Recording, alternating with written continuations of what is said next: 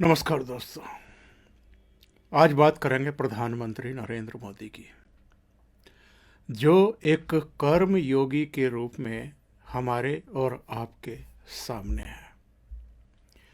प्रधानमंत्री नरेंद्र मोदी नित्य नए जैसे रास्ते दिखाते हैं लोगों को।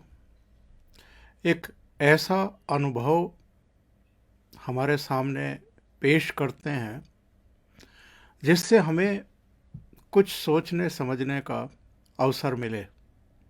एक नई दिशा दिखाते हैं, एक प्रेरक के तौर पर हमारे सामने आते हैं। सुबह जब लोगों की आंखें खुली, नींद से जगे, तो उन्हें पता चला कि प्रधानमंत्री नरेंद्र मोदी की माताजी हीराबा नहीं रही। 100 साल की उम्र में उनका निधन हो गया। ये जानकारी खुद प्रधानमंत्री नरेंद्र मोदी ने एक ट्वीट करके, एक संदेश करके देश को दी। इसके तुरंत बाद पता चला कि प्रधानमंत्री अपनी माताजी को अंतिम नमन करने के लिए अहमदाबाद के लिए रवाना हो गए हैं।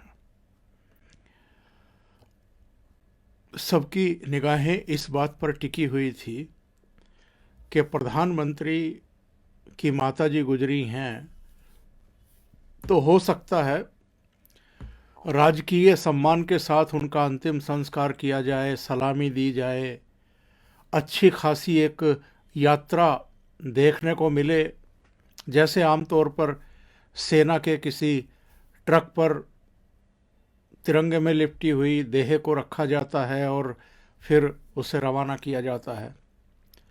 लेकिन ऐसा सोचने वाले ये देख कर के हैरान रह गए कि प्रधानमंत्री नरेंद्र मोदी बहुत सादगी के साथ अपने भाई के एक सामान्य से फ्लैट में पहुंचे, जहां उनकी माताजी का पार्थिव देह रखा हुआ था, शरीर रखा हुआ था। उसको उन्होंने नमन किया, उस पर पुष्पांजलि अर्पित की और उसके बाद बहुत जैसे सामान्य नागरिक होते हैं, जिस वेहिकल में माँ का शरीर रखा गया अंतिम संस्कार के लिए, शमशान घाट ले जाने के लिए, माँ के शरीर के पास उसी वेहिकल में बैठ गए। कहीं से भी नहीं लग रहा था कि ये देश का प्रधानमंत्री है और देश के प्रधानमंत्री की माँ नहीं रही। वहाँ से शमशान घाट पहुँचे, मुखाग्नि दी, एक बेटे के कर्तव्य की पूर्ति की और एक दूसरे भाई के साथ जब आंखों से आंखें मिली तो एक क्षण को लगा कि जो अब तक संयम दिखा रहे थे वो टूट जाएगा और रो पड़ेंगे। लेकिन वहां भी अपने आप को संभाल गए। वहां से सीधे रवाना हुए राजभवन के लिए और राजभवन में स्नान किया और बिना कुछ खाए पिए, जो पूर्व निर्धारित कार्यक्रम था, उनको जाना तो कलकत्ता था, वहाँ पर वंदे भारत ट्रेन का श्री गणेश करना था। लेकिन चूंकि माँ के निधन की वजह से उनको जाना पड़ गया अहमदाबाद, तो उन्होंने ऑनलाइन डिजिटली कलकत्ता से जुड़ कर के वंदे भारत एक्सप्रेस का श्री गणेश किया, हरी झंडी दिखा करके। और जिस समय वो इस कार्यक्रम में भाग ले रहे थे, उनके चेहरे पर वो दर्द, वो पीड़ा, माँ के विछोह की जो होनी चाहिए किसी बेटे के चेहरे पर, वो साफ साफ आप पढ़ सकते थे। और इतना ही नहीं, उन्होंने संबोधन भी किया, कोलकाता के लोगों से क्षमा मांगी कि निजी कारणों से मैं उनके बीच नहीं पहुंच पा रहा हूं।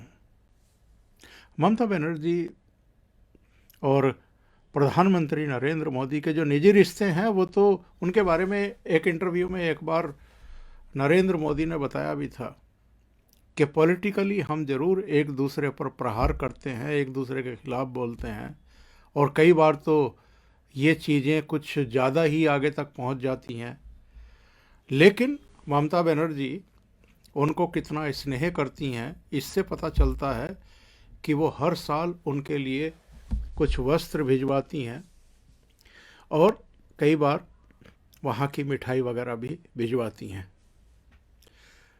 ममता बनर्जी प्रधानमंत्री के इस कर्म योग पर इतनी व्यथित थी,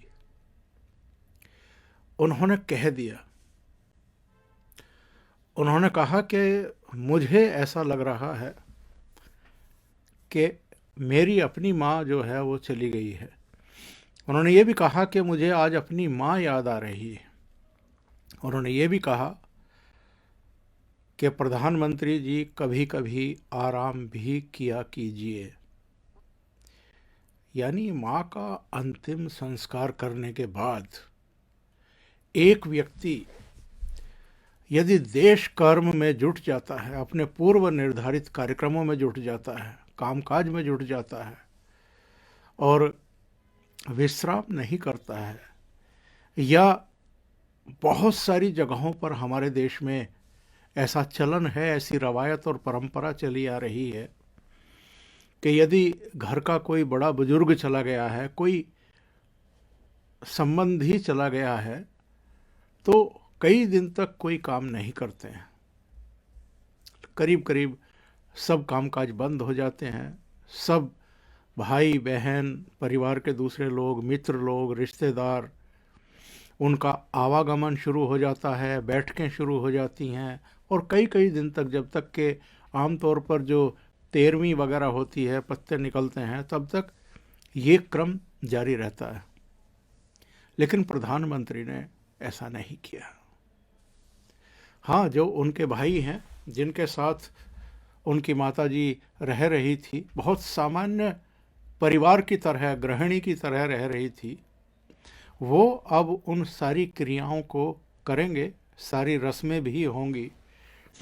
लेकिन शायद प्रधानमंत्री ये जानते हैं कि माँ जितनी महत्वपूर्ण है, उससे कहीं महत्वपूर्ण उनका कर्म है, उनका कामकाज है, देश है, देशवासी हैं।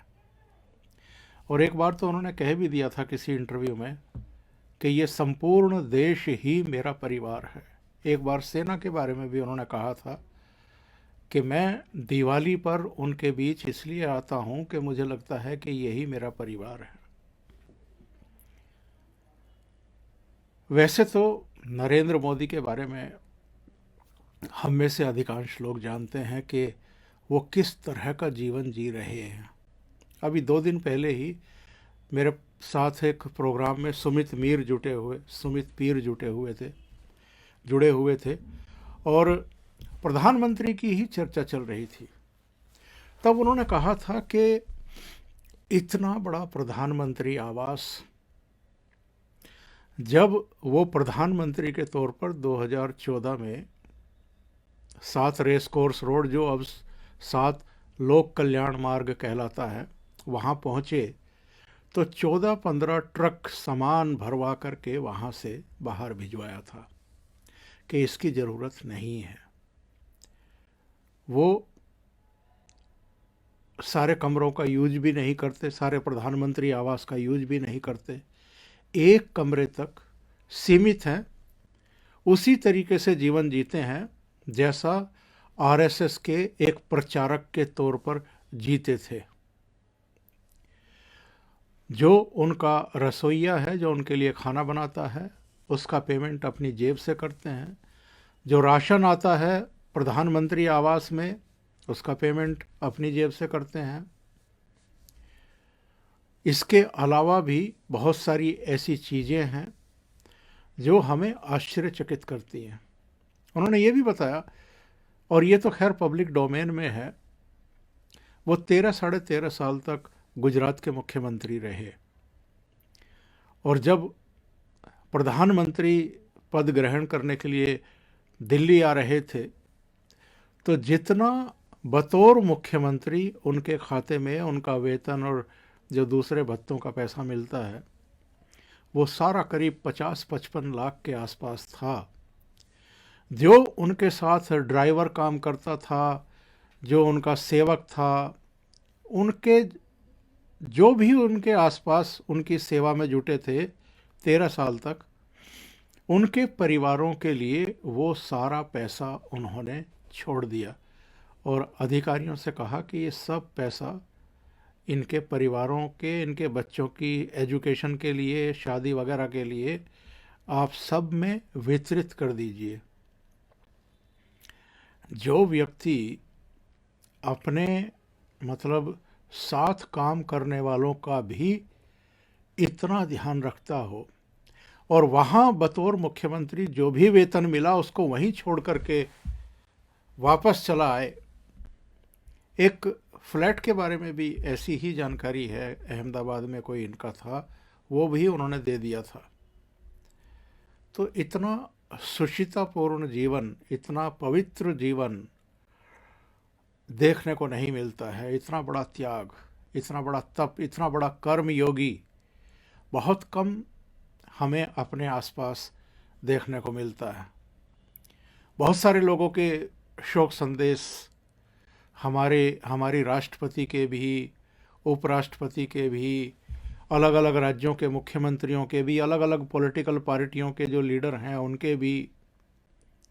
इसके अलावा मैं देख रहा था अभी और बहुत सारे लोगों के आए होंगे, पर नेपाल के प्रधानमंत्री का, पाकिस्तान के प्रधानमंत्री का, बहुत सारे राष्ट्र प्रमुखों के शोक संदेश भी आ रहे हैं। और माँ का निधन तो इतनी बड़ी क्षति होती है कि इससे बड़ी क्षति कोई हो नहीं सकती है किसी के भी जीवन में। तो जाहिर है जितने भी संदेश आ रहे हैं वो भी कुछ इसी तरह के भाव के आ रहे हैं। और प्रधानमंत्री भी जाहिर है उनको सिर माथे पर रख रहे हैं, ले रहे हैं, सबको थैंक्स कह रहे हैं। लेकिन जो हम परंपराएं देखते आ रहे हैं, जो रवायतें देखते आ रहे हैं, जिस तरह के दृश्य हम अनुभव करते आए, देखते आए कि अगर बहुत ऊंचे पद पर बैठे हुए किसी व्यक्ति का कोई करीबी और माँ अगर चली जाए तो फिर किस तरह से उसे एक इवेंट में बदल दिया जाता है। मैं नाम लेकर के उल्लेख नहीं करना चाहता। बहुत सालों तक मैं चंडीगढ़ और हरियाणा रहा हूँ और वहाँ पर जिस तरह की रवायतें हैं, जिस तरह की परंपराएं हैं, मैं उसे गलत भी नहीं बता रहा हूँ, लेकिन कई बार जब बड़े बुजुर्ग चले जाते हैं उसको जिस तरीके से मतलब समाज को जोड़ने के लिए, या कहना चाहिए कि अपना जनाधार बढ़ाने के लिए, या ये पैमाइश करने के लिए कि कितने लोग इस अवसर पर आते हैं, कई कई दिन तक जो है वो बैठ के चलाने का एक उपक्रम शुरू हो जाता है। और फिर नाम ही ले देता हूँ, भूपेंद्र सिंह हुड्डा जो मुख्यमंत्री रहे, उनके पिताजी गए थे, उनका निधन हुआ था। वो तो ठीक है कि वो संविधान सभा के सदस्य थे और जिन्होंने संविधान तैयार किया था उनमें से एक सदस्य वो भी थे, मेंबर ऑफ पार्लियामेंट भी रहे। इसके बावजूद जिस तरह की भीड़ उनके यहाँ दिखाई दे रही थी और उनकी अंतिम क्रिया में भी और बाद के जितने कार्यक्रम थे उसमें भी, शोक सभा आयोजित की गई उसमें भी लगभग धक्का मुक्की की स्थिति थी। इतनी भीड़ थी कि निकलने की जगह नहीं मिल रही थी लोगों को। तो ये चीज़ें, क्या इन चीज़ों से हम बच नहीं सकते हैं? और प्रधानमंत्री नरेंद्र मोदी ने जो एक मिसाल पेश की है, क्या उसको हम उसका हम अनुसरण नहीं कर सकते हैं? बहुत सादगी के साथ एक सामान्य से वाहन में उनके शव को लेकर के गए और उसके साथ बैठ गए, अंतिम क्रिया में शामिल हुए, खुद मुखाग्नि दी और उसके बाद अपने कर्म योग पर, देश के कर्म योग पर, देश कर्म पर निकल गए। राजभवन जाकर के सीधे ममता बनर्जी से जुड़ गए, जो कलकत्ता में ऑनलाइन डिजिटली मौजूद थी उस कार्यक्रम में, और वो भी आश्चर्यचकित थी कि प्रधानमंत्री ने पूर्व निर्धारित कार्यक्रम को टाला नहीं या अपनी जगह रेल मंत्री को नहीं भेजा। चूँकि अब तक जितनी भी वंदे भारत रवाना की गई हैं, शुरू की गई हैं, सबका श्री गणेश प्रधानमंत्री नरेंद्र मोदी ने किया है। तो इसका भी जो कलकत्ता से जलपाईगुड़ी के बीच में चल रही है, चलेगी, उसका श्री गणेश भी उन्होंने अपने हाथों से किया और ये बताया कि पहले 75 वंदे भारत चलाने का लक्ष्य था, अब 475 चलाने का लक्ष्य है पूरे देश में। तो ये चीज़ें हमें बहुत कुछ सिखाती हैं। अभी के लिए इतना ही।